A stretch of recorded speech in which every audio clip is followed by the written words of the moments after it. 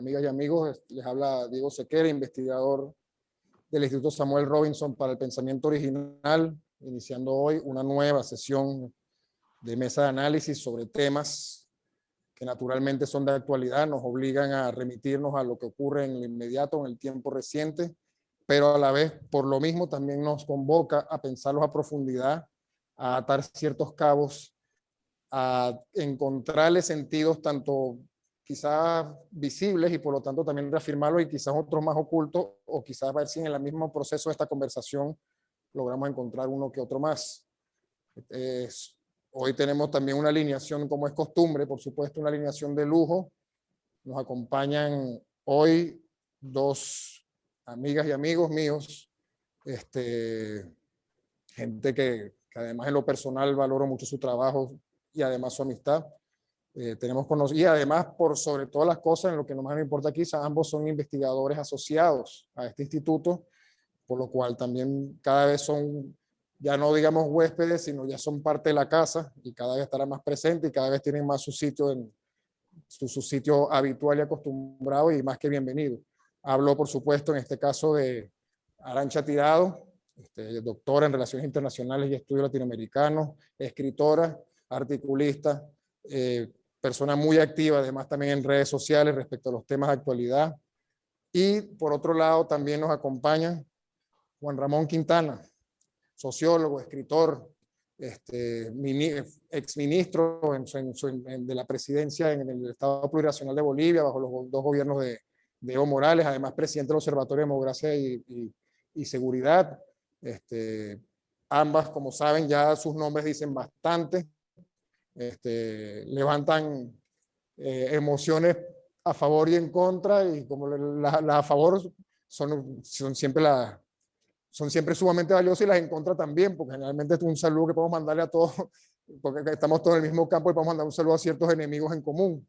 En todo caso, ya pasando directamente al tema y celebrando, por supuesto, Juan Ramón, Arantxa, que estén aquí, entro directamente en materia. El tema de hoy, como saben, es mercenarios, uso de mercenarios y guerra híbrida.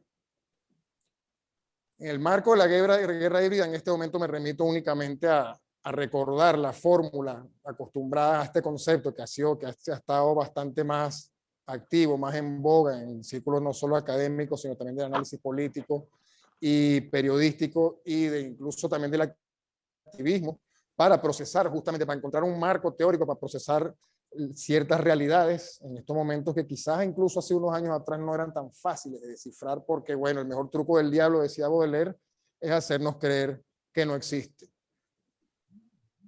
Aquí en particular, la guerra híbrida, por supuesto, es la combinación de una serie de elementos que superan el marco de las convenciones, tanto lo político como lo diplomático, como lo militar, como lo social, etcétera, pero se reduce a una fórmula, podemos remitirnos a Andrew Coryell con este caso, que nos ubica con mucha facilidad.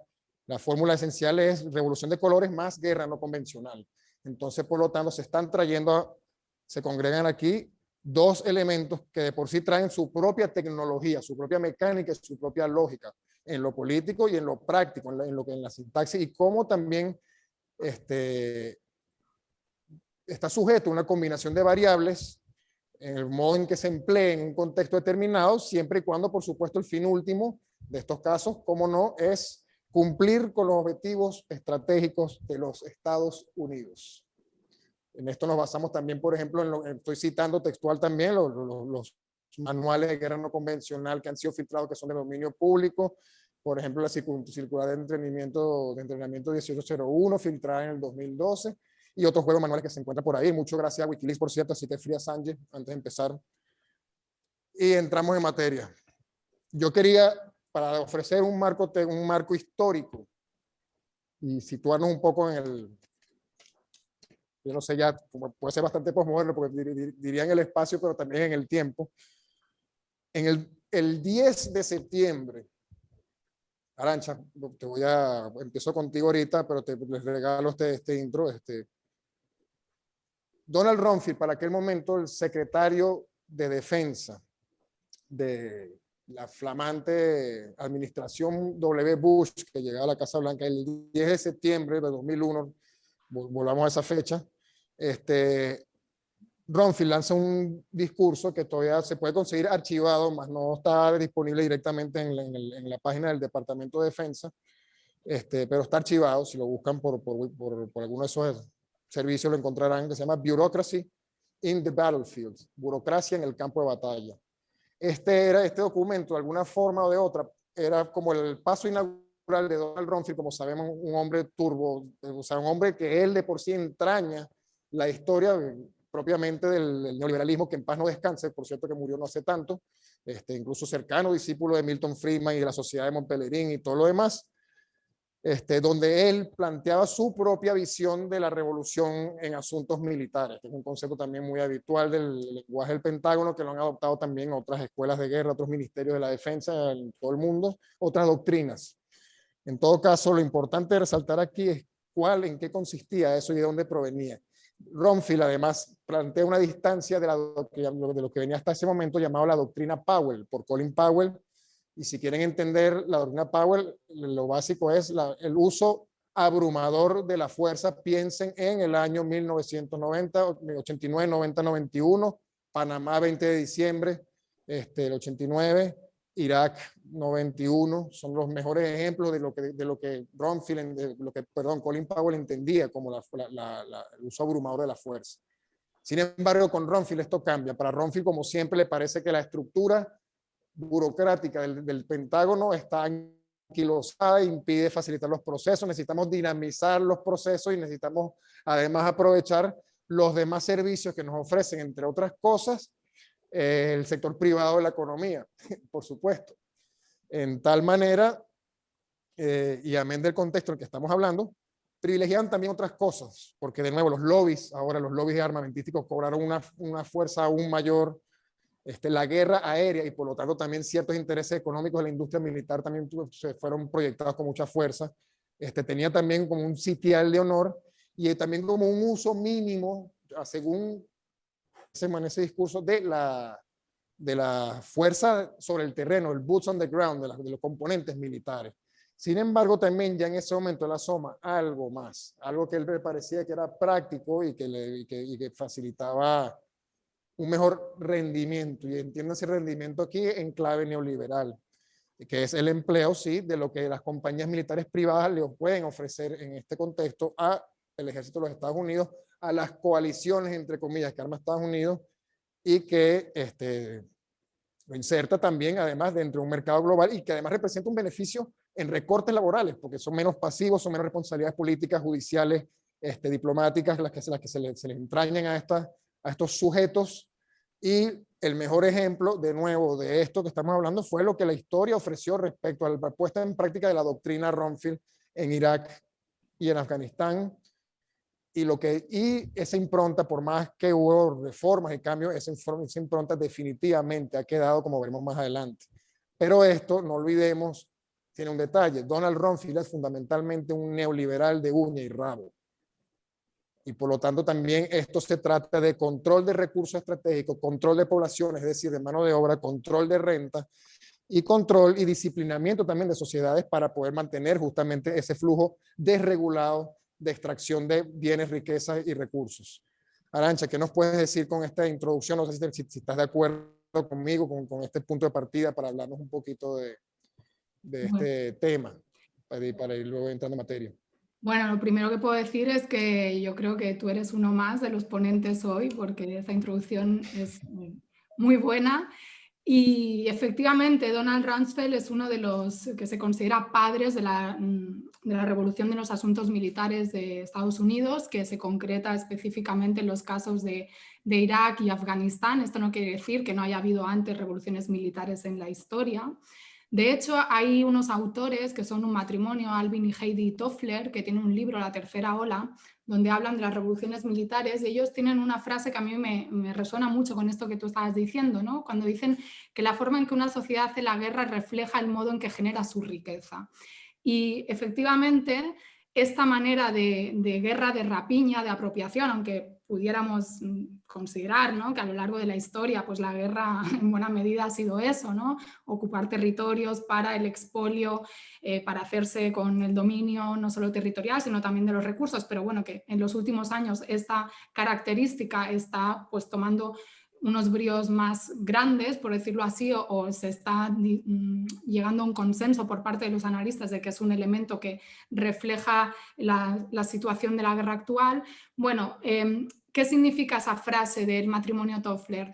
Significa que esta manera de hacer la guerra, que algunos autores, analistas desde el ámbito civil o militar han llamado la guerra posmoderna o la guerra de la sociedad postindustrial, que correspondería a la guerra de la posguerra fría, tiene mucho que ver con algo que está sucediendo también en el ámbito de la evolución del capitalismo en este momento histórico, ¿no? Un capitalismo neoliberal, como tú has apuntado, Donald Rumsfeld, un eminente representante del neoliberalismo en la administración estadounidense, que aplica una lógica capitalista de hacer la guerra. Recordemos esas puertas giratorias, las revolving doors, ¿no?, entre la industria petrolera y la administración, el Pentágono y el Departamento de Estado, etcétera, para ir a Irak con el propósito de hacerse con las reservas petroleras de ese país y aparte de la reconfiguración geopolítica de Oriente Medio.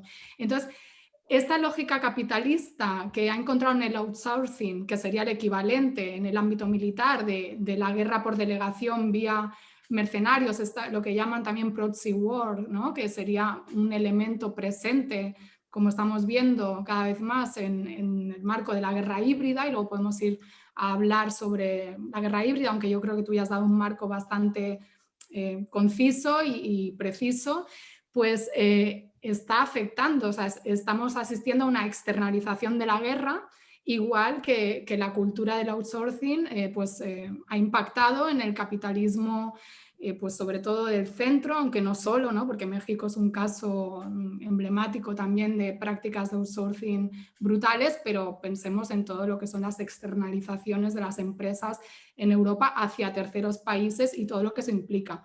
Y esto tiene mucho que ver con esa dificultad que tienen los países occidentales de emplear el poder militar como un elemento de política exterior, ¿no?, porque los gobiernos del mundo occidental, por decirlo en sentido laxo, están acudiendo a contratistas militares, a mercenarios privados, para complementar fuerzas regulares o bien pues para delegar, ¿no?, tareas. En el caso de Irak se llegó, creo que era el 57% del escenario operativo. Perdón si no utilizo muy bien los términos militares porque soy una intrusa del mundo militar, entonces a veces puede que no lo utilice con la suficiente precisión, pero creo que el 57% más provenían de contratistas militares, al punto que algunos analistas han llegado a decir que ahora mismo el ejército de Estados Unidos se desplomaría si no contara, ¿no?, con esos contratos que hace con la industria privada del ámbito militar, que luego iremos a profundizar en ello, ¿no?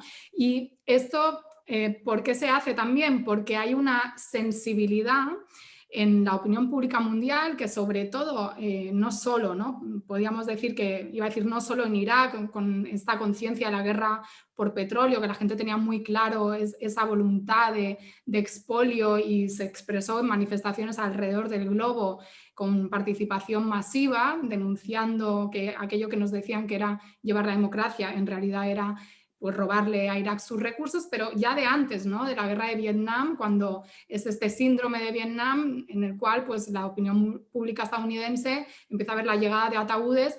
Y entonces ahí los estrategas militares tienen que cambiar, porque algunos dirían, bueno, los valores postmaterialistas, el respeto a los derechos humanos, la paz, todo esto que suena tan bien, pues inciden en el criterio de las poblaciones, y aunque solo sea de una manera instrumental, pues el poder hegemónico tiene que incorporarlo para encubrir efectivamente sus acciones letales, y además ofrece una serie de ventajas que luego también podemos profundizar en ello, como es este concepto de, bueno, no asumir la responsabilidad por unos actos que vulneran derechos humanos, aunque luego se introdujo, ¿no?, que también los mercenarios contratistas privados tuvieran que estar sometidos a la legislación internacional, aunque eso da igual, porque sabemos que los militares de Estados Unidos pues no tienen por qué, o sea, no, están exentos, ¿no?, de pasar por los tribunales internacionales.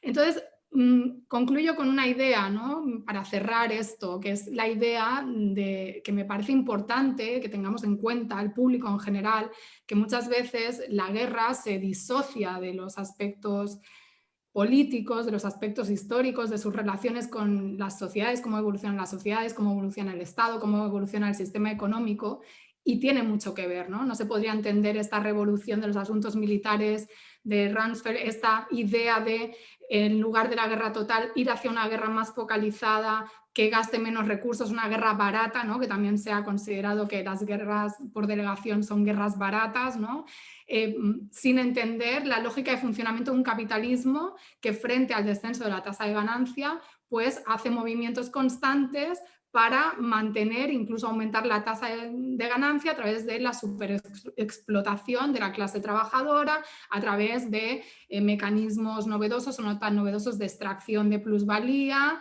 y etcétera, etcétera. Sabes que uno de los detalles, bueno, gracias por esa reflexión, porque además nos da pie para continuar hacia otra dirección, pero justamente eso, cómo esto, a lo que voy, esto de verdad rebasa el marco del análisis político, o eso también quizás tiene algún propósito deliberado, por ejemplo, tanto en el estudio, los estudios políticos, como en la forma en que se presenta en los medios. Eso es una primera pregunta. Y luego también entendemos algo más, Arantxa, y esto ya para dar el testigo a Juan Ramón. Por un lado, el principio pareciera ser el mismo, pareciera ser sencillamente la consecución, la prosecución de unos objetivos bastante elementales, inherentes además a la lógica del capital, a la lógica de alimentación del capital, pero también hay elementos que parecieran ser innovadores. La pregunta es qué tan innovadores son.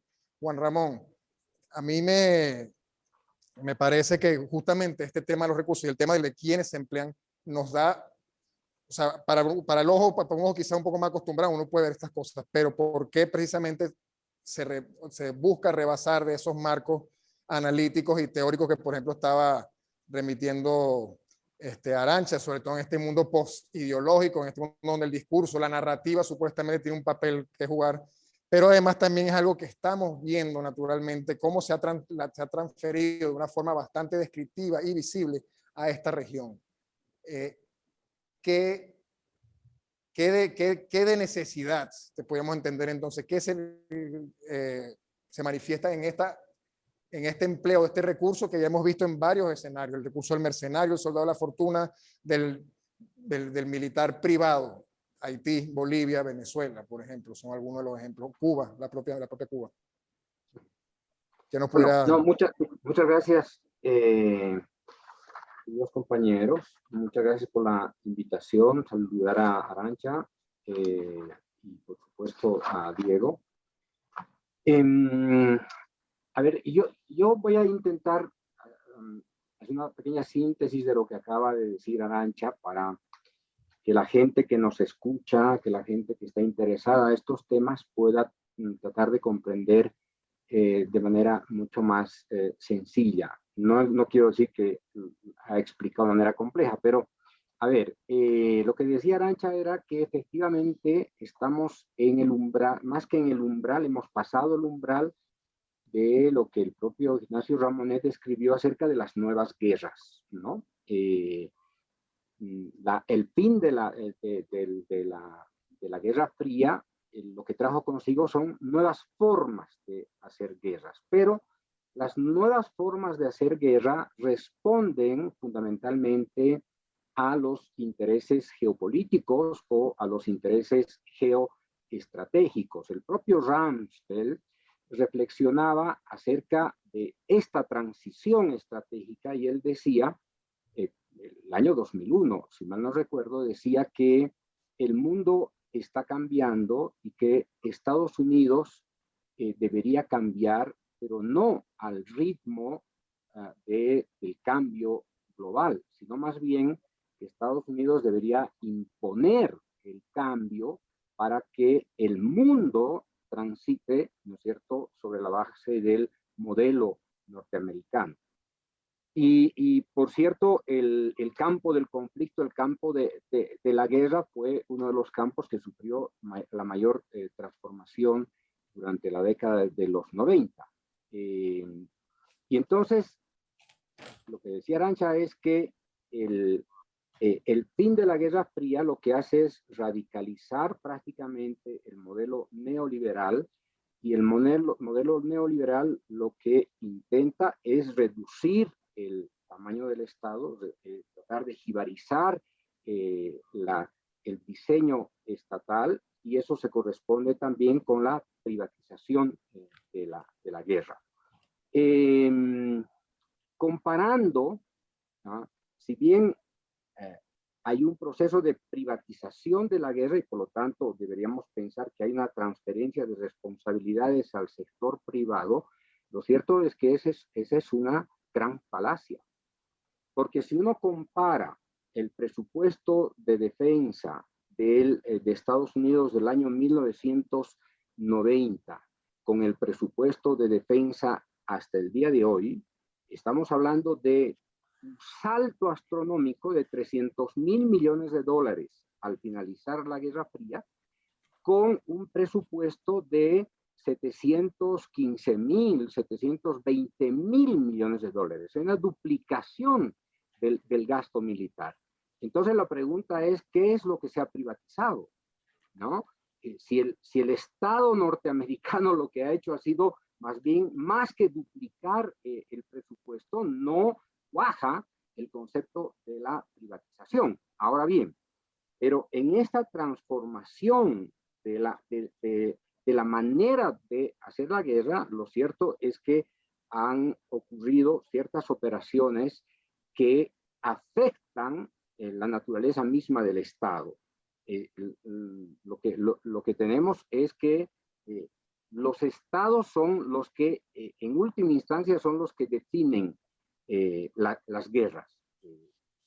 Los que definen las guerras son estos lobbies, estos complejos políticos, parlamentarios, empresariales, son los que terminan definiendo dónde se hace la guerra, cuándo se hace la guerra, cuánto tiempo va a durar la guerra y qué participación va a tener el sector privado.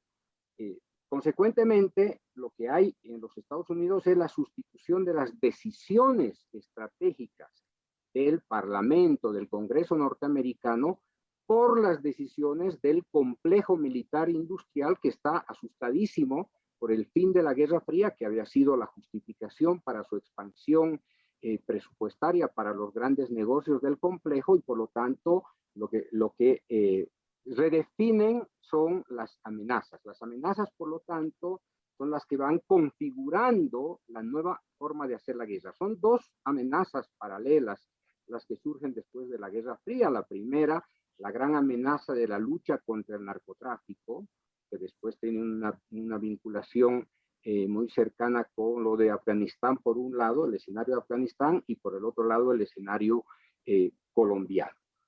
La guerra contra el narcotráfico es un sustituto parcial de la guerra contra el comunismo, y el otro sustituto parcial de la guerra contra el comunismo es la guerra contra el terrorismo, que se va, digamos, cuya dimensión se hace mucho más compleja y que termina finalmente cristalizándose el 2001. Pero toda la década de los 90, la amenaza la amenaza terrorista fue una especie de espada de Damocles sobre la supuesta una supuesta amenaza a la seguridad de los Estados Unidos. Entonces, acá lo que vemos es, en definitiva, esto, un cambio radical, yo diría sustantivo, en la naturaleza del Estado,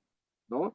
Al aceptar, al delegar, al permitir que la guerra se ejecute se desarrolle, se planifique, se reformule mediante el sector privado. Es decir, esto que se ha denominado la privatización. Y por otro lado, el incremento del gasto militar y este fenómeno de crecimiento del gasto militar que terminan en realidad no pagando no solamente los norteamericanos, sino pagando los estados intervenidos. Alguien en una comparecencia pública le preguntó a Rumsfeld, ¿no es cierto?, por qué se estaba gastando tanto dinero en la guerra contra Afganistán. Rumsfeld lo que les dijo era que no se preocuparan de la cantidad de misiles que se estaban disparando, porque todo ese gasto se iba a trasladar a Afganistán, a Irak o algún otro país. Eso da cuenta de que los gastos militares no solamente están sostenidos en los ciudadanos norteamericanos, sino están sostenidos en esto que llamaba Arantxa la guerra del saqueo, en los países saqueados. Esas dos cosas que creo que son importantes. La transformación de la naturaleza estatal respecto a la guerra, la participación del sector privado que cada día avanza mucho más en los espacios, no solamente planificación de decisión, de entrenamiento, de logística, transporte, etcétera, etcétera, que al final del día parece que son los privados los que hacen la guerra. Yo creo que hay dos escenarios que podríamos, inclusive tres, que podríamos mirar con cierto detalle para tratar de explicar este fenómeno de los mercenarios, de la guerra híbrida, que es Afganistán, por un lado, ¿no?, o las guerras de Oriente Próximo, y por el otro lado, Colombia. Creo que si logramos describir estas dos dimensiones del conflicto, vamos a acercarnos con más certeza a esto que se llama la guerra híbrida. Creo que el caso de Afganistán es el caso más emblemático de esta revolución de los asuntos militares, de este proceso de privatización. Ergo, sin olvidar que la década de los 90 tienen como campo de experimentación el conflicto en la ex Yugoslavia. Pero Afganistán es uno de los territorios más emblemáticos para poder describir la transformación de la guerra, de una guerra convencional a esto que se llama la guerra híbrida. Probablemente aquí no se aplica, Diego, el tema de la revolución a colores, sino más bien, yo diría casi como un objeto de estudio más químicamente puro vinculado a la guerra híbrida y a la privatización, o la guerra híbrida vinculada a la privatización. Ahora, Afganistán sí, Afganistán es un territorio extremadamente complejo, pero en el acápite digamos, en los temas que hacen a la guerra, por supuesto, hay que destacar varios. La primera consideración es el cambio de régimen. Las nuevas guerras se definen a través de los cambios de régimen. Karzai es el resultado de esta estrategia de cambio de régimen. Segundo, el uso de las tecnologías comunicacionales para legitimar la guerra sobre la base de la mentira. En ningún momento, ningún afgano había participado, ¿no es cierto?, en los ataques a las Torres Gemelas, y sin embargo, Estados Unidos decide invadir Afganistán. ¿Cuál era el argumento para invadir Afganistán? Que los hicieron creer que algún talibán se había infiltrado entre los 18 o 19 terroristas que habían atacado las Torres Gemelas, pero las investigaciones señalan que no hay ningún talibán, ¿no es cierto?, que había participado de esto. Por lo tanto, cambio de régimen, el uso descomunal de los medios de comunicación y que utilizan la mentira para justificar la guerra. Tercero, esta incursión masiva de las empresas, lo que se llaman las corporaciones de seguridad militar. Es una guerra en la que efectivamente hasta el año 2004 o 2005, efectivamente el 57-60% del componente militar norteamericano y también alemán y de los aliados, efectivamente correspondía con empresas privadas de seguridad, ya sea para los servicios de transporte, para la seguridad de las instalaciones, para el mantenimiento de los helicópteros, etcétera, etcétera. Hay un conjunto de empresas que participan masivamente en esta ofensiva occidental contra Afganistán, entre otras cosas, contra uno de los países más pobres de Oriente Próximo, ¿no?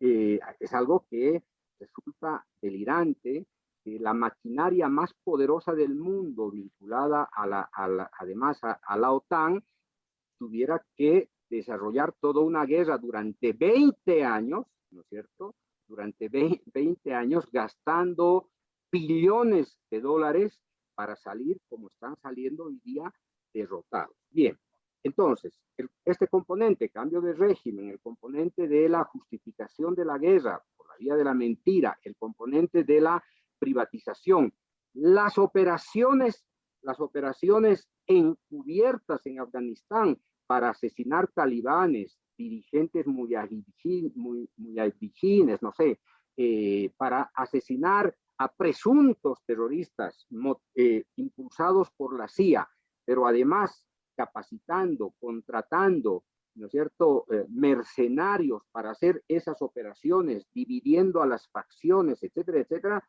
Realmente esto también forma parte de este fenómeno de atomización de la guerra. Hoy día, sí, cuando Estados Unidos intervino Afganistán en octubre, creo, del año 2001, apenas el 26% del territorio afgano estaba controlado por los talibanes. Hoy día el 75% está controlado por los talibanes. Entonces, fíjense los efectos, las consecuencias de esta transformación, de esta revolución en los asuntos militares. La consecuencia más catastrófica es la derrota, ¿no? Pero además, yo creo que aquí sí conviene hacer un paréntesis. Es que la revolución de los asuntos militares no solamente tiene que ver con el uso de las nuevas tecnologías, sino tiene que ver con un marco jurídico que termina desplomado después de décadas de aplicación, como son los convenios de Ginebra. No se aplican los convenios de Ginebra. La economía jurídica internacional desaparece. Y yo creo que aquí hay un elemento fundamental, Arantxa tal vez nos explique, o tal vez Diego, y que creo que es el centro de gravedad de las nuevas guerras, que es la famosa Patriot Act, es decir, el acta patriótica. Yo creo que el centro de gravedad que va a explicar precisamente las nuevas guerras es esta redefinición de cómo Estados Unidos concibe el control territorial, concibe el control de áreas estratégicas vinculadas con el petróleo, concibe su expansión dominante y hegemónica para ejercer exactamente poder, dominio, control territorial, tecnológico, etcétera, etcétera, de estas grandes áreas que están inevitablemente asociadas a su economía, a su poder de dominación, a su perpetuación de poder. Y entonces, este acta patriótica es el que yo creo guía, de alguna manera, de manera sustantiva, estas nuevas guerras, que tienen que ver en primer lugar con el uso de todas las tecnologías inimaginables en comunicación para violar la privacidad de las personas en nombre de la lucha contra el terrorismo. Es decir, la lucha contra el terrorismo está sostenida sobre esta acta patriótica. Segundo, la violación flagrante, obviamente, de los derechos que durante décadas se habían conquistado, el derecho a la guerra. Y aquí se plantea prácticamente lo que es la guerra preventiva, que es una demolición del derecho convencional e histórico de la guerra tradicional. Tercero, la desaparición de toda norma civilizada respecto a la obtención de información por la vía de la tortura. Cuarto, el traslado de presuntos terroristas a quienes no se considera en realidad combatientes, porque se tendría que aplicar la Convención de Ginebra, ¿no es cierto? Quinto, esta libertad que tiene el imperio para utilizar servicios privados, ya sea para las torturas, para las detenciones, para los juicios sumarios, para llevarlos a los presuntos terroristas hasta Guantánamo o para depositarlos transitoriamente en las bases militares de Alemania, Italia o España. Esta es la verdadera transformación de la guerra. Es decir, la revolución de los asuntos militares, nos han hecho creer que la revolución de los asuntos militares tienen que ver con las transformaciones tecnológicas para la guerra, pero en verdad lo que ha ocurrido con el acta patriótica, que yo creo que que se puede llamar, digamos, la cabecita del iceberg, ese es el tema de fondo, es la fuente de legitimidad para llevar adelante cualquier conquista militar a lo largo y a lo ancho del mundo sin que prime ninguna regla universal vinculada al derecho de la guerra. Y bueno, con un cuadro basta, tenemos una base aún más sólida para continuar también a partir de justamente todo lo que nos has agregado y el modelo que sí representa ciertamente Afganistán. Y además creo que faltó ahí incluso un componente que también se ha vuelto un poco explícito y que toca directamente, Juan Ramón, también el propio tema del narcotráfico. En este caso el tema de la amapola, el tema de la heroína, el tema de los laboratorios en países vecinos que procesan la amapola que se extraiga de Afganistán. Y ocurrió qué casualidad, resulta que esto también establece un contrapunto, vamos a llamarlo entre comillas, con la mayor crisis de los opiáceos en la sociedad norteamericana de las últimas 2 décadas también. Y que además, por supuesto, también esto nos puede traer un poco a otros prototipos, quizás llamémoslo así, otros escarceos, también pudiéramos decir, previo a la experiencia que, como también mencionaste y sintetizaste muy bien ahí con la ley patriota, con el Patriot Act, cómo a partir de eso, primero, no sé, y además yo entiendo algo más, esta guerra, Afganistán, si algo nos dice también es que no es una guerra destinada a ganar, o sea, no es una guerra por una victoria necesariamente, y creo que lo podemos ver, por ejemplo, en cómo ciertas congresistas y ciertos senadores han pedido muchas veces a distintos presidentes, por favor, declaren la victoria y vámonos, por ejemplo, el caso de Rand Paul, entre otros, ¿no? Además que eso habilita otros elementos y que sí tienen un punto de enlace con lo teórico, porque pienso en, ahora con la ley patriota todo el mundo es sospechoso, todo el mundo es enemigo y todo es un campo de batalla. Y esta difuminación de las líneas del campo de batalla, también por cierto, es algo que ya en el 89, eso es lo que escribía Linz, eso es una de las premisas más notorias de la guerra del concepto de guerra de cuarta generación, del concepto teórico de la guerra de cuarta generación, que también se emparenta con otras teorías, pero digamos también para recordarle a la gente de dónde viene y cómo se refleja en la realidad. Pero además pienso en los regímenes de sanciones, en la jurisdicción de, bueno, en inglés lo llaman long arm jurisdiction, la jurisdicción de brazo prolongado, de la jurisdicción extraterritorial con la que se justifica todo el tipo de acciones, y ahí podemos pensar, por ejemplo, en las sanciones contra Venezuela, sobre todo en la sustancia en la que está elaborados. No quiere decir que no sea, que no sea algo similar con el bloqueo y con las nuevas órdenes ejecutivas también que se han emitido contra Cuba, o por ejemplo Irán, la propia Siria también. Y cómo todos también estos elementos juegan ahí algo.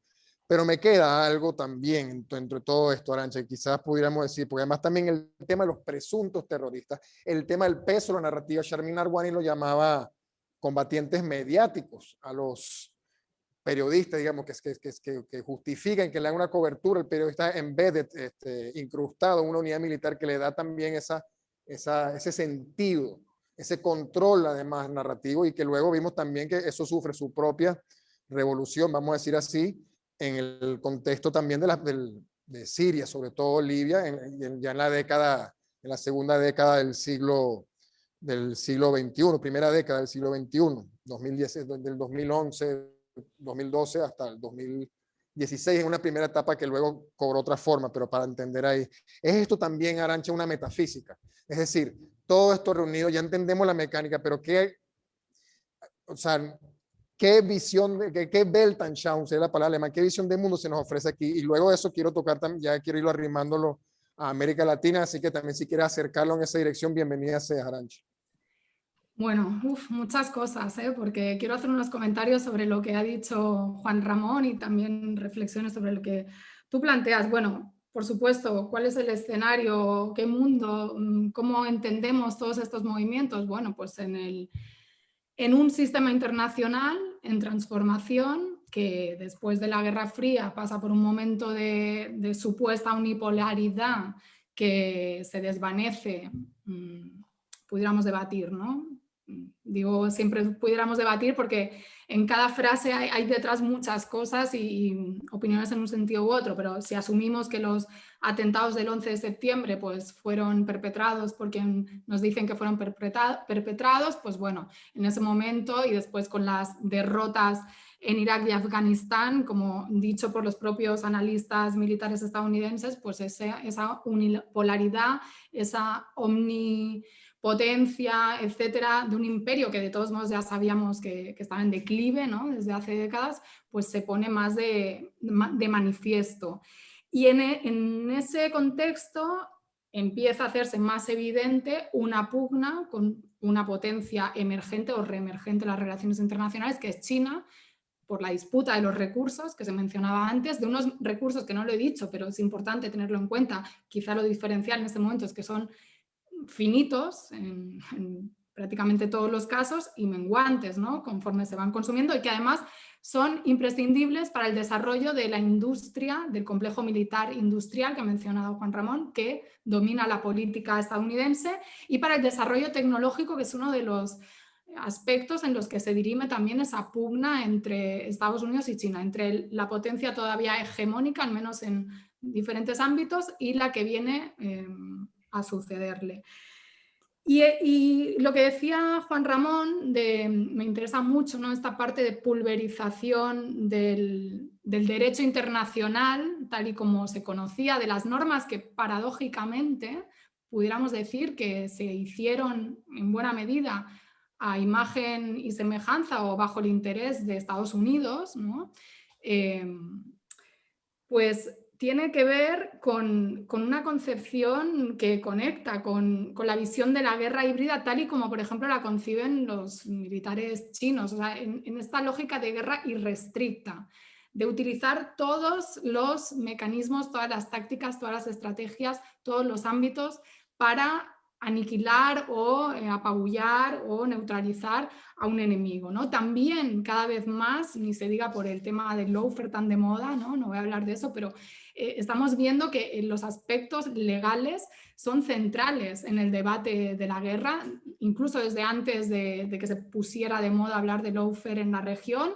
¿Por qué? Porque los actores no convencionales, los pequeños actores que se enfrentaban a Estados Unidos o Israel, utilizaban estas armas de la legalidad internacional para tratar de ganar en los tribunales lo que a lo mejor no podían ganar en el campo de batalla, aunque a veces sí ganaban en el campo de batalla, y eso hace también pensar a Estados Unidos que esa estructura, a pesar de haber sido diseñada por ellos y a pesar que sabemos que dentro de la ley hay un elemento de clase, dominación de clase, y que la usan a conveniencia, etcétera, pero ya hacer muy evidente y con el Patriot Act volver o hacer explícito algo que antes formaba parte de unas lógicas y unas prácticas de guerra irregular, ¿no? Como esta concepción que había en los años 80 en Centroamérica y no solo, ¿no? También en el Cono Sur, de el enemigo interno. O sea, la lógica contrainsurgente, ¿no? Que fue una manera también de hacer la guerra de Estados Unidos, porque parece ahora que, bueno, con la guerra híbrida y con esta combinación y uso no sé, de terroristas, uso de criminalidad, parece como si esto fuera novedoso y realmente no es tan novedoso. Bueno, pues esa concepción del enemigo interno, y se ve también en el hecho de que hoy en día en los conflictos bélicos la gran masa de víctimas ya son civiles, no son militares, pero bueno, es también la justificación de una dominación de espectro completo, de una visión, por eso digo, irrestricta y abarcadora de todas las esferas de la vida social, es decir, hacer la guerra por todas las vías, pero para dominar todos los ámbitos, ¿no? No solo lo económico, no solo lo político, también lo legal, etcétera, etcétera. También recordemos cómo la guerra de Irak fue un punto de inflexión en el sentido de ir a la guerra sin tener un mandato del Consejo de Seguridad de Naciones Unidas, ¿no? Y esto sí levantó como todo un debate, incluso en el ámbito de las relaciones internacionales y del derecho internacional público.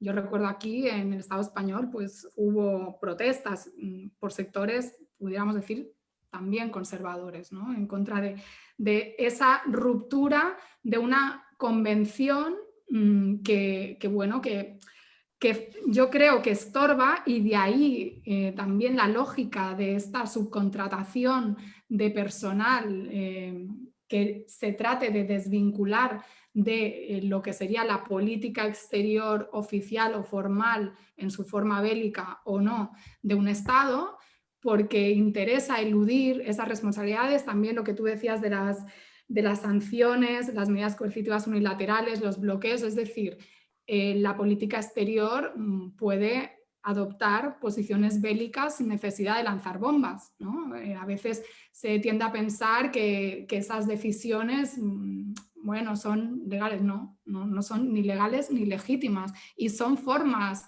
explícitas de violencia y generan muertos, ¿no? Entonces, yo creo que todo el propósito en realidad es, o sea, ¿cómo decirlo?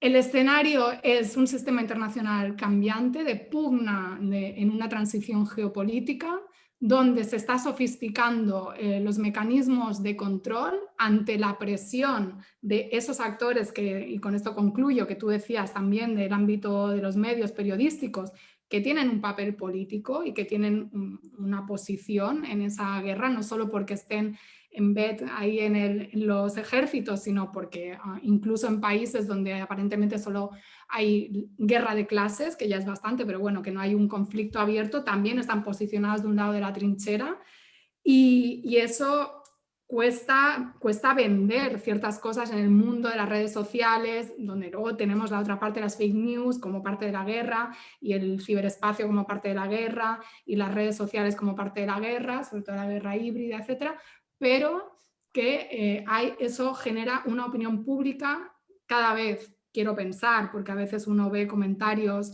y ve reacciones ante golpes de Estado de la ciudadanía global y piensa, madre mía, ¿no? Pues no estamos tan bien, pero en términos generales se podría decir que hay más acceso a información, hay un conocimiento acumulado, histórico, de cómo ha operado el imperialismo, hay documentos que van surgiendo que se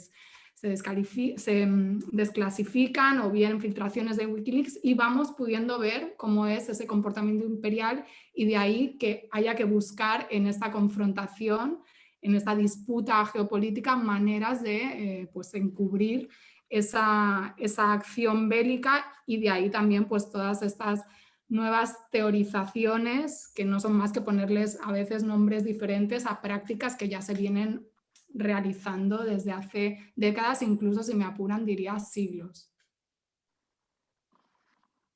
Actualizan también, ¿no? Como esto parece una aplicación que cada cierto tiempo requiere una nueva actualización, una nueva adaptación en un nuevo contexto, ¿no?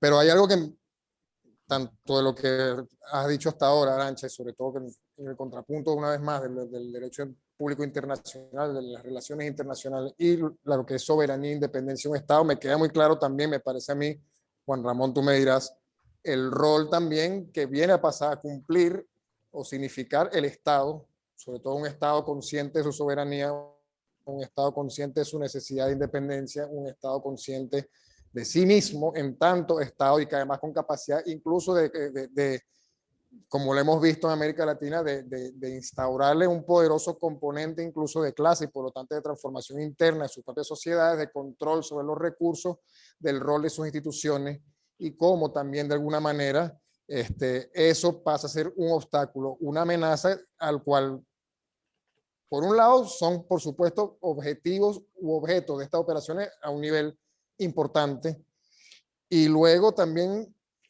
por el otro, cómo hay una coreografía, además, y esto del elemento de lo coreográfico también me recuerda palabras de Greg Grandin, un poco hablando de la Operación Cóndor, o sea, cómo además también para poder socavar estos puntos se valen tanto de lo público como lo privado, es decir, de los elementos que ofrezca la oportunidad del momento, y cómo también dentro de eso, al Estado lo combaten, si tienen la oportunidad, con los elementos que ofrezca el propio Estado o también el otro con esta serie de actores no estatales y privatizados. Tenemos recientemente dos ejemplos, uno fallido, uno no sabemos en qué punto exacto, o sea, uno es Venezuela misma, el año pasado la operación Gedeón el 5 de mayo, donde una compañía de estas, una empresa militar privada decide, aspira, justificado ya sobre todo este marco que hemos hablado, ya asimilado incluso como sentido común del por qué opera de tal manera y qué se creen además Justin Goodrow y los otros actores, los gringos incorporados en ese proyecto, que era su misión y el fracaso. Y luego tenemos aún más, cada vez más difícil de esclarecer el factor de los 20, del golpe este mes, el asesinato del presidente Jovenel Moïse en Haití, en Puerto Príncipe, el 9 de julio, donde se revela, o por lo menos hasta ahora eso lo entendemos, 26, la actuación de 26 ex militares, ahora en el ámbito del sector privado colombiano, más 2 gringos haitianos dentro de las personas que fueron detenidas en este marco donde nadie termina todavía, no termina de entenderse exactamente dónde, quién y por qué del todo, pero si algo también queda bastante esclarecido en esto es el cuadro que antecede, el cuadro de situación revolucionaria o las demandas en la calle de 3 años de movilizaciones y protestas que existen en y desde la población haitiana. ¿Qué nos podría decir todos esos elementos con todo lo que hemos hablado hasta ahora, Juan Ramón? Sí, Diego, permíteme cerrar el tema, esto de la guerra híbrida. Yo creo que habría que reconsiderar, me temo que algunos conceptos de alguna manera, digamos, sofisticados, por cierto, parecerían de alguna manera justificar también la necesidad de la complejización de la guerra. Yo creo, para ser breve, las nuevas guerras en realidad son, como decía Arantxa, son guerras de rapiña. Son guerras que están de rapiña, que están adornadas de alguna manera por toda una suerte de ideario geopolítico, ¿sí? Y el elemento, además de que hemos señalado sobre en torno a las nuevas guerras en Oriente Próximo, en Medio Oriente, en el norte del África, que han dado lugar a esta incursión masiva del sector privado a la guerra, ha traído consigo otro fenómeno perverso, ¿no es cierto?, que es la corrupción. ¿no? Si hay algo que ha sido inherente a estas nuevas formas de guerra y a la privatización, son dos cosas. Por una parte, la mega corrupción, esta vinculación perversa entre los lobbies de las corporaciones militares de seguridad con el Congreso norteamericano, que entre otras cosas financian la perpetuación de sus senadores o de sus representantes en la ¿no es cierto?, en el Congreso, pero por otra parte también lo que es el despilfarro de estos recursos de los propios norteamericanos vinculados a empresas que han optado por uno de los componentes de las nuevas guerras, que es la reconstrucción, ¿no es cierto? Es decir, la reconstrucción de la infraestructura que termina destruida por las invasiones, resulta ser un gran contrasentido que genera este fenómeno, ¿no?, tan devastador como es la corrupción. Y claro, y el tercer elemento de la corrupción es la mentira que cabalga sobre los medios de comunicación durante todo el tiempo que duran las guerras. Es decir, los medios de comunicación en los Estados Unidos y en Occidente han tenido que soportar 20 años de mentira en la guerra contra Afganistán. 20 años de mentiras, ¿ah? 20 años de saqueo, 20 años de robo, todas. Y la configuración de estas empresas, la Halliburton, la DynCorp, no sé, la Lockheed Martin, todas esas empresas han terminado podridas en corrupción, porque en una guerra no hay posibilidad de hacer auditorías, o sí, ahí se pueden hacer auditorías, pero son auditorías totalmente fallidas. Es decir, y fíjate que la guerra contra supuestos estados fallidos en realidad termina sacando ¿no es cierto?, el maquillaje al poder occidental, que es un poder corroído, ¿no es cierto?, desde un origen, desde el inicio mismo para hacer la guerra. Bueno, vamos a trasladarnos al escenario de América Latina, a lo que es el magnicidio, y yo vincularía a lo de Colombia. Yo creo que el otro escenario, efectivamente, tanto de la privatización de la guerra, es precisamente Colombia. Y Colombia ha absorbido, desde que se plantea esto, con el gobierno, creo, de Clinton, estamos hablando de 1999, 98, 99, el Plan Colombia es un engendro, en realidad, ¿no es cierto?, norteamericano, asociado a la guerra de la piña. ¿Ah?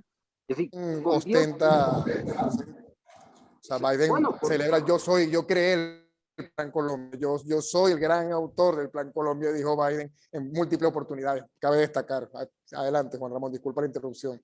Exacto, y entonces, a ver, analicemos la radiografía colombiana, que es similar a lo que ha ocurrido en Afganistán. Es decir, el hermano gemelo de Afganistán en el Oriente Próximo es Colombia en América Latina. Se hizo la guerra en Colombia contra las drogas en el marco del plan Colombia. Seguramente para Afganistán se utilizó el nombre de tormenta, no sé, tormenta del desierto, escudo del desierto, no sé, pero Plan Colombia. Para liberarse de dos grandes causa enemigos. Justa Causa en Afganistán. Bueno, Plan Colombia, para luchar contra el narcotráfico y para luchar contra la subversión, contra la guerrilla. Han sido derrotados en el campo de la lucha contra el narcotráfico, como en Afganistán, ¿no es cierto?, donde yo diría que el hermano del presidente Karzai es el gemelo de Uribe en Colombia, porque ahí nacen el paramilitarismo en Afganistán, nacen milicias paralelas, incluso a los talibanes, etcétera, etcétera. Hay una atomización de la guerra en Afganistán, que es la misma atomización de la guerra que ocurre en Colombia. El hermano del presidente Karzai en realidad es Uribe en Colombia, que es el que fomenta el paramilitarismo, las AUC, las Autodefensas Unidas de Colombia, el proyecto de Convivir, que es un proyecto también entre comillas, de seguridad ciudadana, que termina matando a la gente, que termina torturando a la gente. Es decir, El Plan Colombia, en realidad lo que refleja es la nueva forma de dominio territorial, tecnológico, político, cultural de los Estados Unidos para América Latina. Se nos vendió un paquete que en principio iba a funcionar en el mundo andino, es decir, incluso Venezuela, Colombia, Perú, Ecuador y Bolivia, y hoy día el Plan Colombia no puede ni funcionar en el país para el que fue diseñado. Con bases militares, con Colombia es el cuarto o quinto país que recibe la mayor asistencia militar en el mundo. Recibe cuantiosos recursos de USAID, tiene centenares y miles de millones de dólares para la asistencia social, etcétera, etcétera. Resulta que Colombia es el primer exportador neto de cocaína, como Afganistán es el primer exportador neto, ¿no es cierto?, de droga hacia Europa.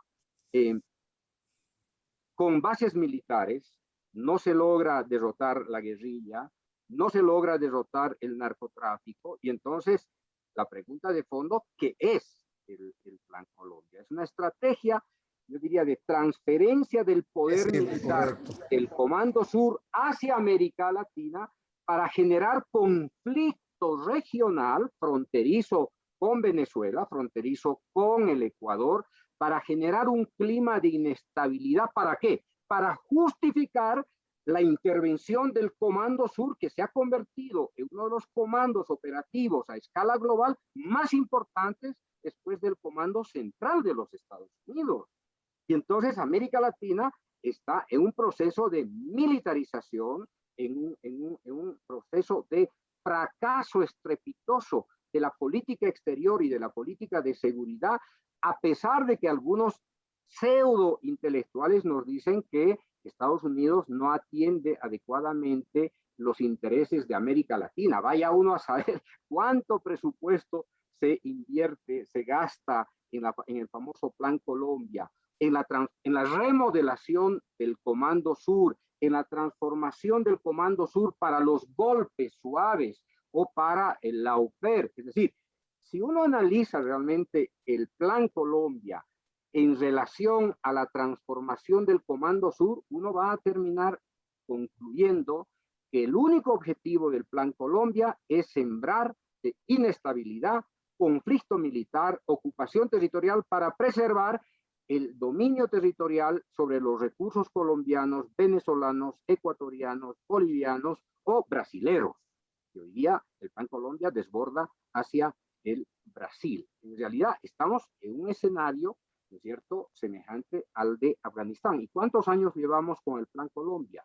Hasta el momento se dice que desde el año 2000 hasta hoy se han gastado más de 10.000 millones de dólares. Claro, en escala latinoamericana, 10.000 millones de dólares era probablemente el Producto Interno Bruto de Bolivia hace 15 años, ¿no? En el caso de Afganistán se han gastado como 2.3 billones de dólares, no estoy muy seguro, pero esta magnitud de recursos para una guerra que en definitiva ha sido un desastre, ¿no es cierto?, se corresponde simplemente con este concepto, ¿no?, de una guerra de rapiña en América Latina. Yo creo que habría que hablar sobre el Plan Colombia para mucho más, con más detalle en términos de la incursión de las empresas privadas norteamericanas que protegen los gasoductos, que están asociados a empresas que desmovilizan a la población y generan grandes movimientos de migración interna en Colombia, que tiene su rebalse hacia Venezuela.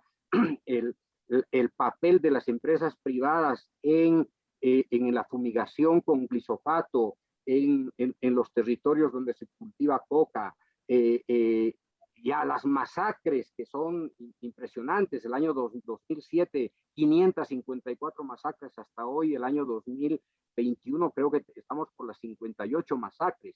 Es decir, nos debería llamar poderosamente la atención ¿no es cierto?, este proyecto de militarización de América Latina a partir del Plan Colombia, a partir del Plan Mérida, Puebla, Panamá, o a partir, no sé, de algún otro plan que está cerca de México, ¿no? Y entonces, en este contexto cabe el magnicidio de Moisés, en este contexto cabe esta aventura descomunal del exministro de Defensa en Bolivia, que de manera, ¿no es cierto?, temeraria se propone hacer desaparecer al presidente Luis Arce contratando 10,000 mercenarios en la Florida. Bueno, pero esta porosidad en la concepción, diríamos, ilimitada del conflicto político y que se traduce en la guerra, prácticamente está impulsada obviamente desde los Estados Unidos. Ellos son los que ponen las tecnologías, los recursos, la planificación, ¿sí? Todo. ¿Ustedes creen que se le ocurrió a Luis Fernando López contratar 10,000 mercenarios para dar el segundo golpe en Bolivia porque es un tipo inteligente, un tipo brillante? Por Dios, ¿no es cierto? Eso es imposible. Detrás de esta decisión de López, por supuesto que están los intereses privados para hacerse cargo del litio boliviano, del hierro boliviano, del oro boliviano, del gas boliviano, y obviamente destruir el gran proyecto de construcción del Estado plurinacional en perspectiva de su desarrollo industrial, de su potenciamiento económico. Y es eso lo que nos está diciendo esta propuesta de traer a Bolivia 10,000 mercenarios, matarlo a Moisés, tratar de eliminarlo a Maduro, considerar Cuba como Estado fallido. Bueno, en realidad, claro, el presidente, yo creo que le está fallando un poco la memoria al presidente norteamericano. Que yo sepa, el único Estado fallido que se ve todos los días es Estados Unidos, con su guerra civil interna silenciosa, con todos sus desajustes sociales internos que están a punto de implosionar. El único Estado fallido, al parecer, si es que somos rigurosos, terminaría siendo Estados Unidos y no los países que están invadiendo hoy día. ¿Puedo decir algo sobre esto de los estados fallidos? Sí, adelante. Sí. No, sí, por supuesto, totalmente de acuerdo, ¿no?, con lo que plantea Juan Ramón y cómo la teoría de los estados fallidos, ya nos explicó Chomsky en su momento, que es totalmente funcional para justificar la injerencia de Estados Unidos, injerencia imperialista. El caso de Haití es flagrante. Claro. O sea, y ese intento también que se hizo en determinado momento de decir que México era un Estado fallido, seguramente en buena medida, pues propiciado por una colusión de las fuerzas militares y de inteligencia estadounidenses que controlan en buena medida lo que pasa en México, con unos intereses del narcotráfico o cuando menos una dejación de su supuesta responsabilidad, ¿no? El papel de la DEA, que es bastante cuestionable, y hay literatura al respecto para aburrir, como decimos aquí. Y como lo que decía él de Colombia, el Plan Colombia, que también tiene su correlato en México con la iniciativa Mérida, y cómo Colombia está exportando todo ese modelo, no solo pues, al continente, ¿no?, con sus mercenarios, ahora lo que hemos visto en Haití estos días, pero por ejemplo también recuerdo cuando yo vivía en México, que se trajo Peña Nieto a uno de los, creo que era capitán, no sé el rango, para dirigir todo el tema de la lucha contra el narcotráfico, que en realidad era para dirigir una lucha en cierto modo contrainsurgente, ¿no? Porque bajo ese calificativo de la lucha contra el narcotráfico sabíamos que había una lucha contra la insurgencia de los pueblos. Y me parece sumamente interesante pensar en esta confluencia de intereses y esa triangulación entre el gobierno de Estados Unidos de manera más o menos explícita, ya sabemos que tratando de hacerlo no explícito,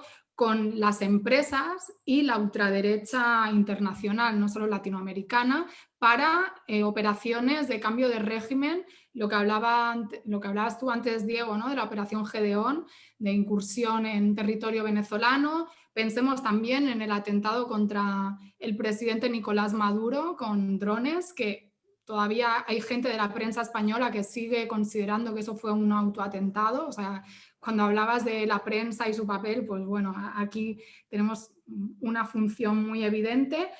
Los recientes intentos, ¿no? Hasta donde entiendo, que ha denunciado el presidente Maduro, de presuntos o no presuntos planes de magnicidio contra su persona, el asesinato del presidente haitiano, y detrás de todo eso hay la mano de la ultraderecha y la oposición venezolana, vinculada con la ultraderecha en Miami, los asesores de la ultraderecha transnacional, si se pudiera decir así, que montan sus empresas en un entramado, no sé, es como, sería para hacer un título de película, iba a decir de James Bond, pero creo que no, que sería de más baja categoría.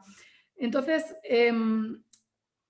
concluyo con una cosa, ¿no? Para darte paso, para que tú plantees lo que quieras plantear, pero para que no se me vaya la idea, que sí, que Estados Unidos hace todo esto porque obviamente se asustó mucho cuando en los 90 tenía pues, más del 64% de unos presidentes que eran de derecha en América Latina, y en el año 2009, después de la victoria de Hugo Chávez y de una sucesión de gobiernos de izquierda progresistas, pues esa cifra se revirtió, ¿no? Y fue un 71% de gobiernos de izquierda, y eso era un trastocamiento geopolítico, porque se solidificó ese viraje ideológico en una serie de políticas, tanto al interno como al externo, en los mecanismos de concertación e integración latinoamericano-caribeña, y eso se tenía que revertir, y de ahí esa ofensiva con las variantes. Pero ojo, también pensemos, y con esto concluyo, vinculándolo al inicio de los estados fallidos,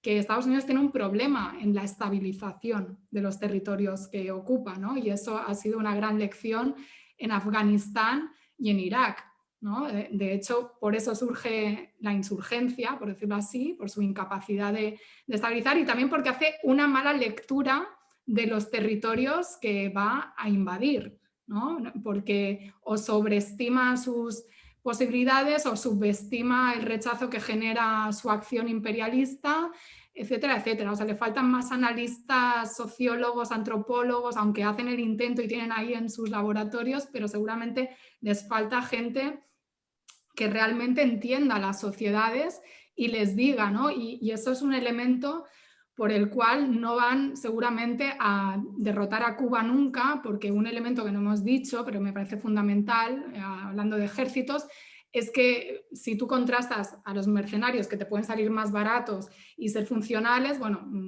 por un lado te pueden salir baratos, pero por el otro vemos la chapuza que se ha hecho en Haití, ¿no? Con las declaraciones de los detenidos colombianos. Y esto nunca lo vas a tener en un ejército disciplinado y formado ideológicamente bajo una doctrina de un compromiso soberano, antiimperialista y revolucionario, como puede ser el caso de la FARC cubana o como pudiera ser el caso de las Fuerzas Armadas, bueno, la Fuerza Armada Nacional Bolivariana, ¿no? Donde también han intentado penetrar, no quiere decir que no hayan tenido éxito, porque sí han tenido algunos éxitos, pero que cuando hay un ejército, y esto Juan Ramón lo sabe mucho mejor que yo, cuando hay un ejército que está comprometido con los procesos de transformación en los estados, pues es mucho más difícil que esa penetración imperialista o esos ataques puedan ni siquiera llegar, ¿no? a concretarse, y si llegan es muy difícil que puedan ganar, porque tampoco van a tener seguramente a la población a su favor, y tampoco pues, van a poder estabilizar y hacer negocio de reconstrucción, como él decía, etcétera, y de penetración de sus empresas sin ningún tipo de cortapisas, etcétera. Yo me hago, luego de hasta donde hemos llegado hasta ahora, yo me hago también una pregunta, porque se habla de desastre, el resultado como algo desastroso, en particular el Plan Colombia, y naturalmente desde donde lo estamos diciendo lo es, ¿no?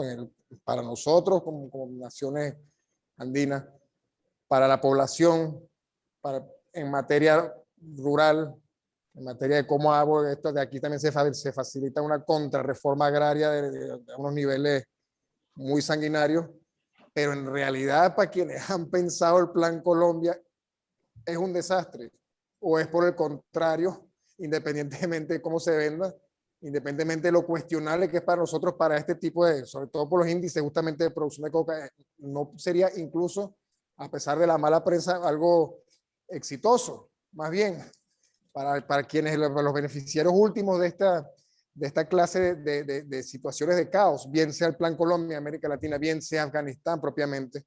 Dejo esa pregunta ahí y pienso en algo más también sobre ese contrapunto también que hay. Por ejemplo, o sea, los primeros cuadros de los Zetas del Grupo Aeromóvil de Fuerzas Especiales, los Zetas en México, fueron entrenados en Fort Benning, en Georgia, Fort Bragg, en Carolina del Norte, Fort Hood, Texas. Y los primeros graduados de aquí salen hacia México en 1994, fue el Z1, el Sedena, como se llama el personaje, con C, por si acaso, en sintonía justamente a los años en que México pasa ya, se inserta dentro del TLC, ¿no? El séptimo grupo de fuerzas especiales de Fort Bragg se ha encargado de entrenar durante todos los 90 también de nuevo en guerra no convencional, justamente a militares salvadoreños, guatemaltecos, hondureños, panameños, colombianos, peruanos, bolivianos y venezolanos. Es que a mí son datos que no me sorprendieron mucho. Y del 96 al 99 salieron, o sea, este mismo batallón, esta misma unidad del séptimo de operaciones especiales, entrenó 3.200 soldados, de los cuales por lo menos 500 son gafes mexicanos, que fueron además también eso, el núcleo de los Zetas. Y además a esto se agrega otro componente más, como lo han reflejado ciertos informes de la DEA en el 2009, que es el rol de los caibiles guatemaltecos, que tienen, o sea, desde el principio de los, o sea, finales de los 90 a los 2009, la caibilización de las operaciones militares del narcotráfico y la composición de los especialistas armados de la guerra de estas compañías militares privadas a lo largo del continente y en especial en Colombia y en México, tienen también a estos los caibiles, perdón por no agregar este elemento de contexto, son las fuerzas especiales guatemaltecas, reconocidas además por el genocidio, y aquí o sea, se dice genocidio de una forma categórica y ajustada al derecho internacional de las poblaciones maya y quiché del altiplano guatemalteco en los 80. Terminaron siendo además ese modelo de reserva, y actualmente, por ejemplo, lo tenemos, es un poco la tropa fundamental del cártel Jalisco Nuevas Generaciones, que incluye a efectivos colombianos e incluye también a efectivas fuerzas especiales estadounidenses. Pero estamos hablando también de servicios, entre comillas, del esfuerzo de un Estado en preparar a esta gente que luego pasa en ese círculo vicioso al sector privado más privado y desregulado todo, que es el narcotráfico en este caso. Y que además esto me lleva, y me disculpan para soltar el último dato y para ir ya recogiendo un poco también al ejemplo de cómo Bolivia ha sido también una constante en esto, cómo justamente el golpe en los 80, el golpe de Arce Gómez, de García Mesa como ministro Interior y de Roberto Suárez, está compuesto justamente de todos los elementos, esto ya un poco a modo de conclusión, o yendo hacia la conclusión de todos los elementos que se han mencionado hasta ahora, justamente. Sector privado, narcotráfico, terratenientes, además en lo particular, y sectores de la ultraderecha global, vamos a llamarla así, porque en este caso participaron elementos que venían de Europa, que a su vez además fueron quienes entrenaron y fueron el apoyo logístico de los escuadrones de exterminio y grupos ultraviolentos en Centroamérica en los 80 y los 90. Estamos hablando entonces además, y aquí cierro con Evo Morales, que lo alertaba a él como una operación Cóndor. Es esto entonces donde estamos también. O sea, y la Operación Cóndor es esta coreografía de elementos donde que hasta ahora los he enumerado, y esto es doctrinariamente está incorporado en esta esfera de la guerra privatizada tal como se está hablando. Ya podemos aquí, ya esto es un poco para ir cerrando y para dejar un capítulo abierto para los próximos, para una discusión también. No sé si Arantxa quiere cerrar con algunas palabras y luego Juan Ramón y cerramos, no sé cómo quisieran, cómo podemos No, prefiero que, como es de Bolivia, que hable Juan Ramón, y si eso yo digo. Ya sé que debería cerrar él, yo puedo decir algo muy breve y que cierre él. No, tranquila. A ver, yo tengo la sospecha de que esta estrategia de cambios de régimen en América Latina, más específica en América Latina, ha incorporado el magnicidio. Es decir, el magnicidio como una variante más del cambio de régimen, en la medida en que el golpe de Estado, ¿no es cierto?, no es suficiente. Porque no se trata ahora solamente de cambiar a un gobierno, sino de transformar el Estado. Y no vas a transformar el Estado simplemente cambiando un gobierno por otro. Lo que necesitas, lo que hoy día aspira prácticamente el imperio, es justamente este tránsito cualitativo de estos estados de bienestar social, ¿no es cierto?, más bien en estados atomizados y privatizados. Es decir, lo que se quiere es transformar estos estados que tienen estabilidad, que redistribuyen los recursos económicos, que tienen dominio sobre sus recursos naturales, que tienen soberanía, etcétera, etcétera, llevarlos, ¿no es cierto?, justamente a la teoría, ¿no es cierto?, norteamericana de los estados fallidos, donde se instala la guerra civil permanente. Y por lo tanto también el golpe de Estado permanente. En ese contexto yo creo que el magnicidio ha sido incorporado como una suerte de radicalización de los cambios de régimen, y no es casual el magnicidio de Moïse, no es casual los intentos de magnicidio contra Maduro, no son casuales los intentos de magnicidio contra Evo Morales. Miren, el año 2008, a través de los Wikileaks, la Embajada de Estados Unidos ya anunciaba el asesinato de Evo Morales en un contexto de conflictividad entre el gobierno y la media luna, fomentada por la Embajada americana, articulando a los gobernadores, a los prefectos que estaban impulsando el golpe de Estado. Primer escenario de intento de magnicidio conocido por el Comando Sur e informado a Washington con anticipación. Segundo intento de magnicidio, el secuestro del avión del presidente Evo en espacio aéreo europeo, y que por un milagro, ¿no es cierto?, diplomático, termina más bien salvándose con el apoyo del gobierno austriaco. Tercer intento de magnicidio, nuevamente el secuestro aéreo después del golpe de Estado del 10 de noviembre, cuando tiene que salir el presidente Evo asilado y se le veta el espacio aéreo por el Perú, por Argentina, por Chile, por Brasil, casualmente todos gobiernos de derecha, títeres de Washington sometidos a los imperativos económicos, financieros de los Estados Unidos, ¿sí? El intento de contratar 10,000 mercenarios por el ministro de Defensa de mayor confianza del Comando Sur, que fue Luis Fernando, ¿no es cierto?, López. Luis Fernando López no fue un personaje cualquiera. Luis Fernando López en realidad era un títere del Comando Sur de los Estados Unidos durante la dictadura de Yanine Áñez, ¿sí? Y tenía un grupo de asesores del grupo militar de los Estados Unidos metido en las decisiones políticas del gobierno de Yanine Áñez a través de Luis Fernando López. Por eso insisto en en la estrategia del magnicidio para terminar demoliendo un modelo de Estado, no solamente para una suerte de transición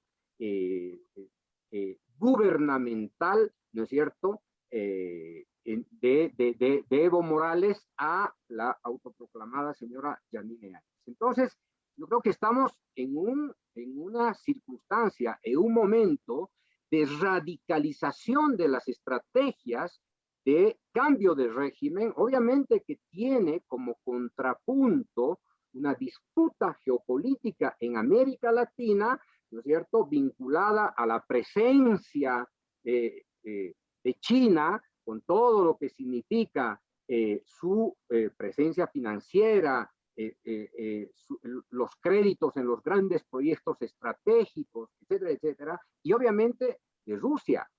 El día de ayer en Bolivia hemos inaugurado la tercera fase de la construcción de un gran proyecto vinculado al uso pacífico de la energía atómica.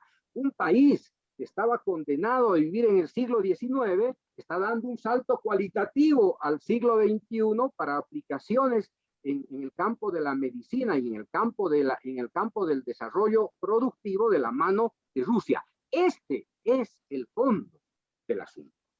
El cómo despejar a estas potencias emergentes de América Latina, llevándose por delante a nuestros sistemas democráticos. Es decir, esta estrategia de cambio de régimen es una amenaza letal contra las democracias en América Latina, contra los derechos humanos de nuestros pueblos y obviamente contra la convivencia pacífica entre nuestros pueblos.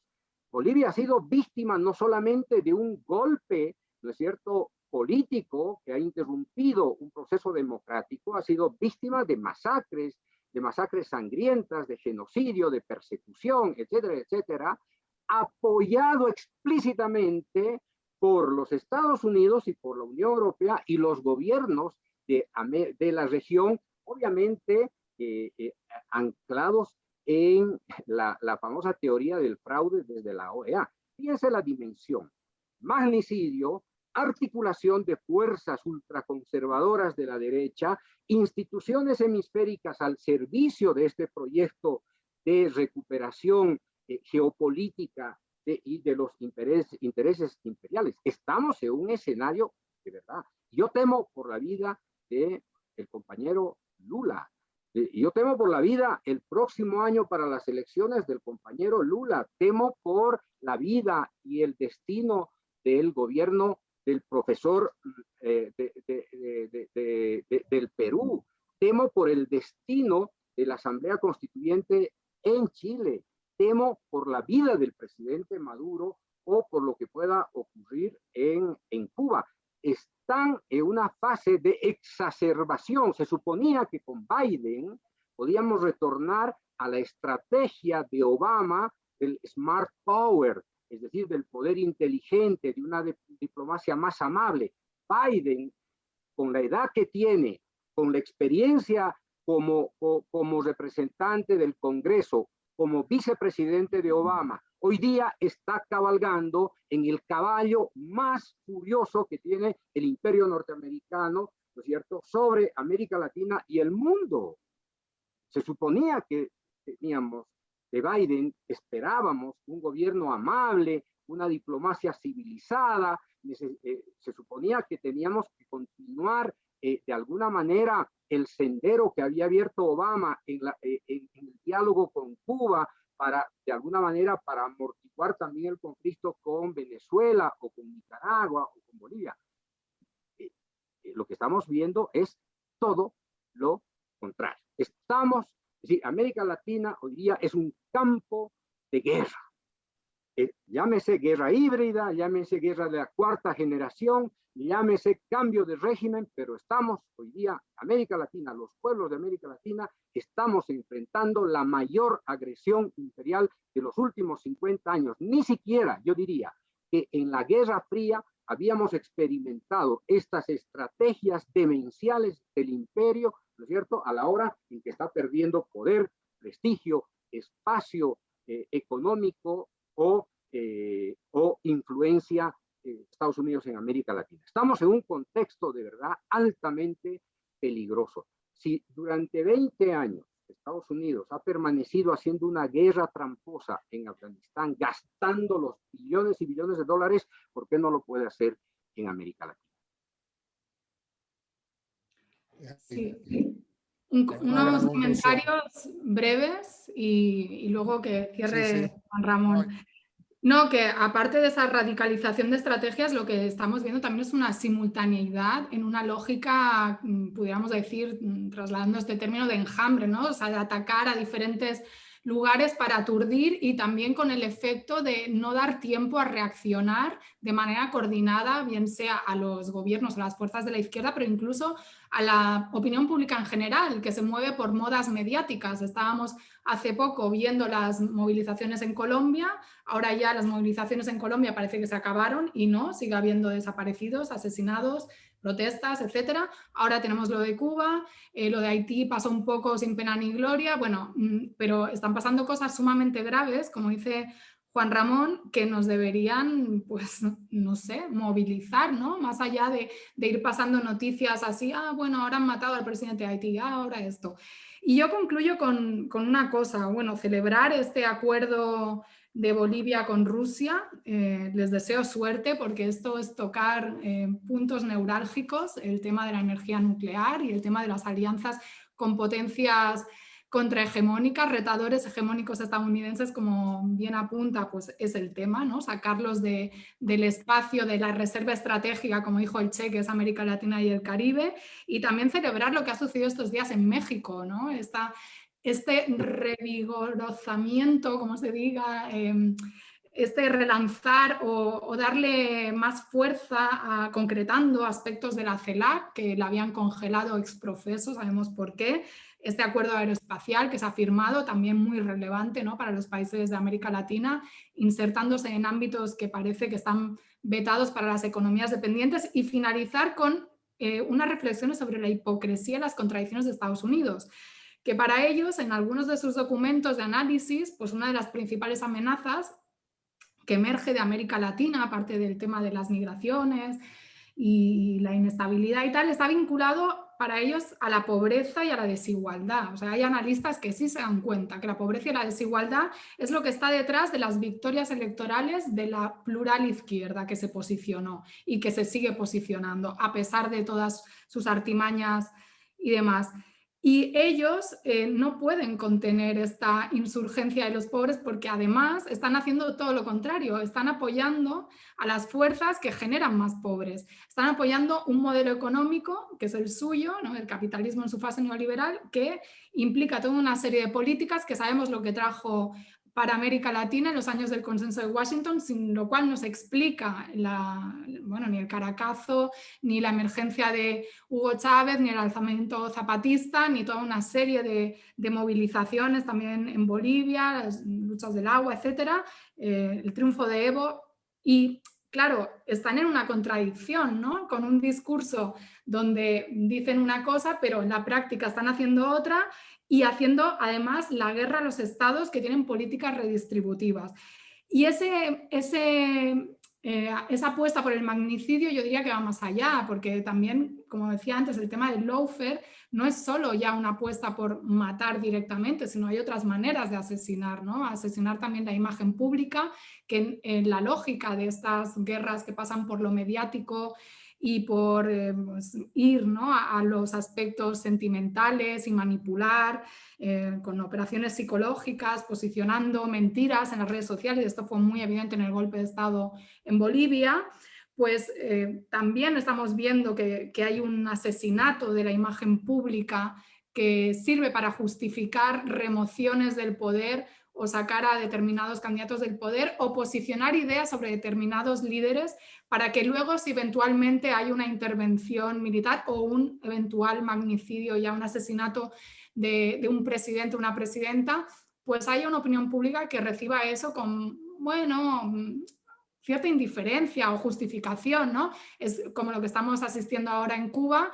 Pues hay gente que escuchará al alcalde de Miami decir que hay que llegar y lanzar bombas contra Cuba, como dijo la oposición venezolana en su momento, ¿no? Para liberar a Venezuela de la narcodictadura madurista y en este caso para liberar a Cuba de la dictadura castrista, y lo ven, bueno, no tan mal, porque nos han estado bombardeando los medios con toda una serie de mentiras durante décadas sobre esas realidades. Entonces, yo creo que esto, por mucho discurso que tenga Joe Biden de una política exterior para las clases medias y cumbres de la democracia y demás, cada vez es más evidente que las costuras del imperialismo están ahí.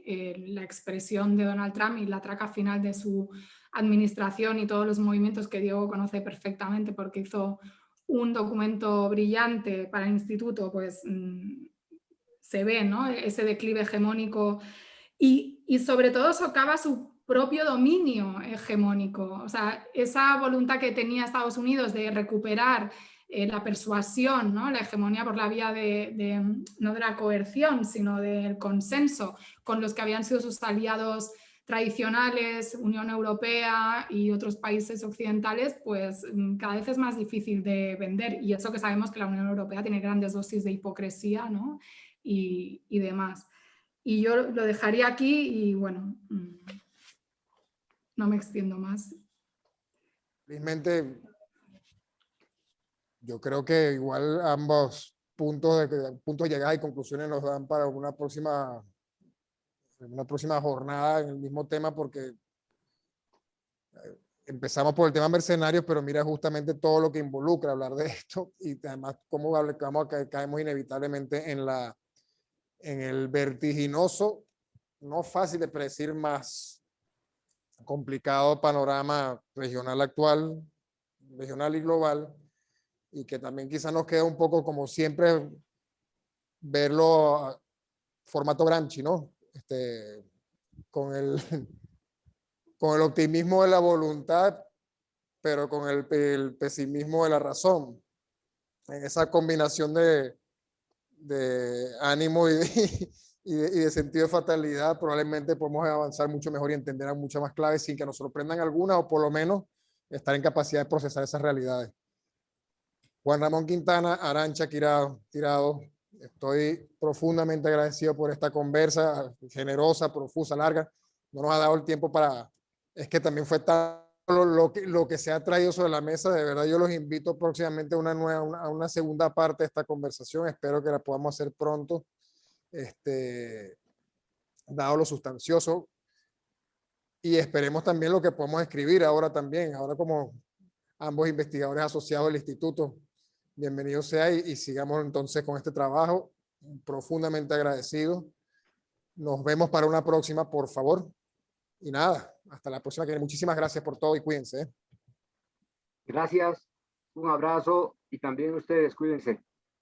Sí, no, muchas gracias por la invitación, un honor. Gracias. Y cuídense mucho. Gracias, un abrazote. Ramón por Bolivia. Diego, igualmente. Chao.